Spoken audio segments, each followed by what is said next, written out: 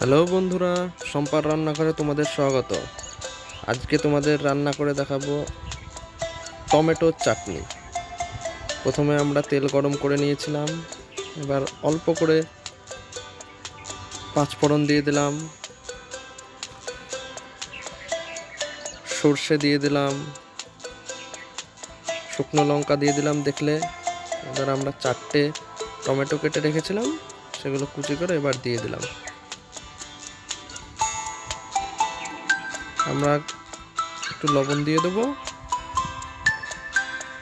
তারপরে হলুদ দিয়ে দেবো। এবার ভালো করে এটা নেড়ে নেব। দেখবে টমেটোর চাটনিটা খুব সুস্বাদু হবে, তোমরা করে দেখবে বাড়িতে।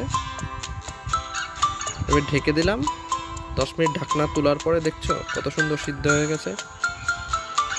এবার আমরা চিনি দিয়ে দেবো, পরিমাণ মতো চিনি দিয়ে দেবে তোমাদের যেরকম লাগে। আমাদের বাড়িতে তো একটু চিনি বেশি খায়, তাই আমরা চিনি বেশি দিই একটু। আর চিনি বেশি দিলে একটু টেস্টটাও ভালো হয়।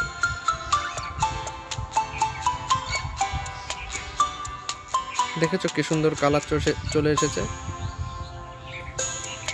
আমরা একটু টেস্টটা ফ্লেভারটা আনার জন্য এখানে তেঁতুল দিয়ে দিয়েছি। ঠিক আছে, চাটনিটা কি সুন্দর হয়ে গেছে। এবার আমরা বাড়িতে পরিবেশন করতে পারবো। অনেক ধন্যবাদ বন্ধুরা।